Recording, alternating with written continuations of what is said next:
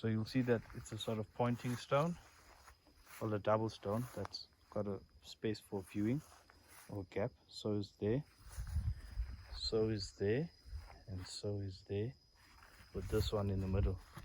It sort of looks like over time it may have moved, or they may have moved it according to what they were trying to view, or something has moved in the sky, or something has moved somewhere that caused this, or caused them to change it.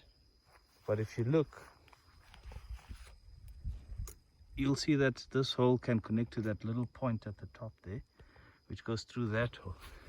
And you'll sort of see these similar symmetries here, because these two go through and you can see that stuff. And there's a similar thing here. So it's either that it has changed, or they've changed what they were viewing, or they were looking at a whole range of different things. That's if this was an observatory. If it wasn't, then it could be some sort of an energy field, sort of an antenna, you can say, for energy. It's really hard to say, but one thing's for certain is that it's definitely man-made.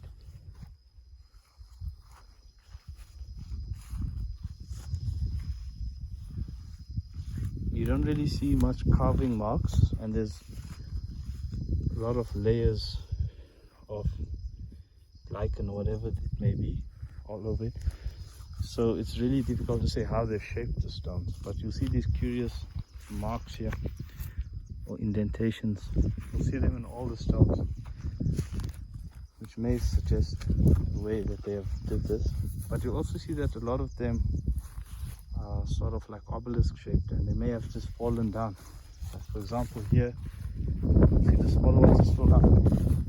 Like these two may have just fallen over. And now we move over to the main stones.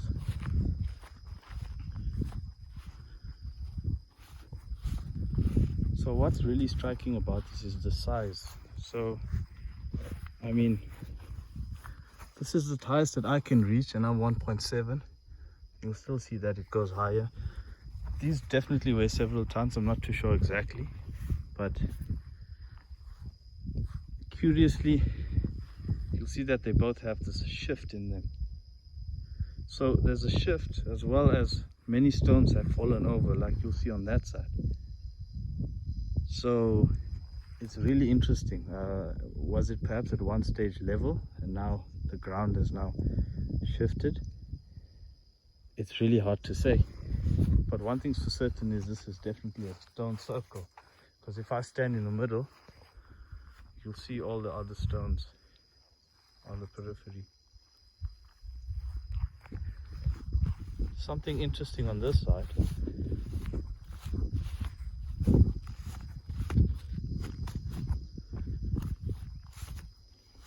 is that this is the one with the tip. So this could have been sort of a pointer or an indicator of something. Not too sure who's marked it over there, but this has definitely also fallen over. So has this obelisk shaped stone, so has that one, and this whole area has probably collapsed. It's really hard to say though, to prove it. But what's interesting is that you'll see the bases of these stones are pretty flat, so they may have all been standing at one stage, but they all have this sort of obelisk shape, rounded obelisk shape. So all of this at one stage was probably standing.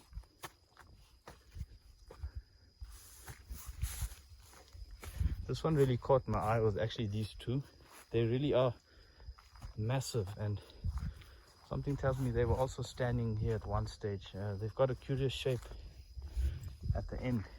Also some sort of a pointer, or almost like a bird or beak shape. Same here. Definitely some sort of a pointing stone that was once upright.